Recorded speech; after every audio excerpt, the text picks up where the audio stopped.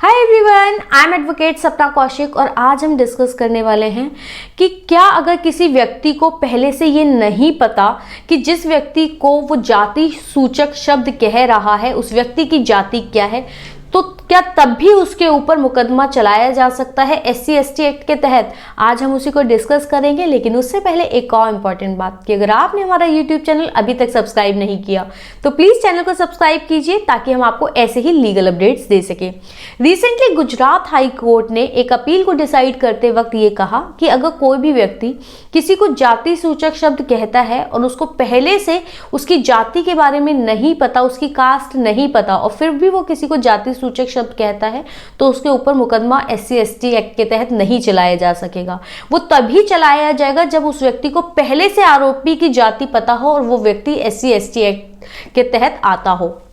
यानी कि वो SC या ST एक्ट कम्युनिटी के तहत हो।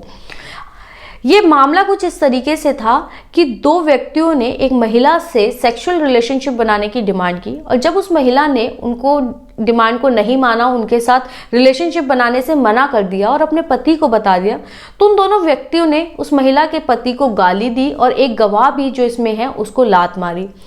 तब उस महिला और उनके पति ने जाकर केस उनके ऊपर SC/ST एक्ट के तहत दर्ज करवाया और कहा कि उनको जाति सूचक शब्द कहे गए हैं।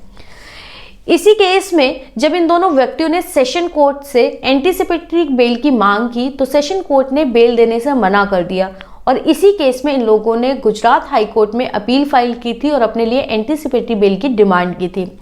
यही अपील डिसाइड करते हुए गुजरात हाई कोर्ट ने कहा कि अगर कोई भी व्यक्ति किसी को जाति सूचक शब्द कहता है तो उसको पहले से पता होना चाहिए कि उनकी जाति क्या है या फिर वो SC/ST समुदाय से बिलोंग करते हैं, क्योंकि SC/ST एक्ट का सेक्शन 3 सबसेक्शन 5 क्लॉज ए ये कहता है कि अगर कोई भी व्यक्ति किसी को जाति सूचक शब्द कहता है तो उसको ये पहले से पता होना चाहिए कि वो व्यक्ति उस SC/ST समुदाय से है या फिर वो प्रॉपर्टी जो है वो किसी SC/ST व्यक्ति की है जिसको लेकर झगड़ा हो रहा है या कोई जाति सूचक शब्द कहे हैं। यानी कि अगर जाति सूचक शब्द कहे हैं तो उससे पहले व्यक्ति को पता होना चाहिए, आरोपी को पता होना चाहिए कि पीड़ित व्यक्ति SC/ST समुदाय का है, और वो फिर भी उसको जाति सूचक शब्द कहे तभी उसके ऊपर SC/ST एक्ट के तहत मुकदमा चलाया जा सकता है, वरना उसके ऊपर मुकदमा नहीं चलाया जा सकेगा। और इस केस में भी गुजरात हाई कोर्ट ने फाइनली उनको SC/ST एक्ट के तहत एंटीसिपेटरी बेल ग्रांट कर दी थी 10,000 रुपये के पर्सनल बॉन्ड के आधार पर। आपको वीडियो कैसा लगा और आप किन और मुद्दों पर वीडियोस चाह रहे हैं प्लीज़ कमेंट सेक्शन में बताएं।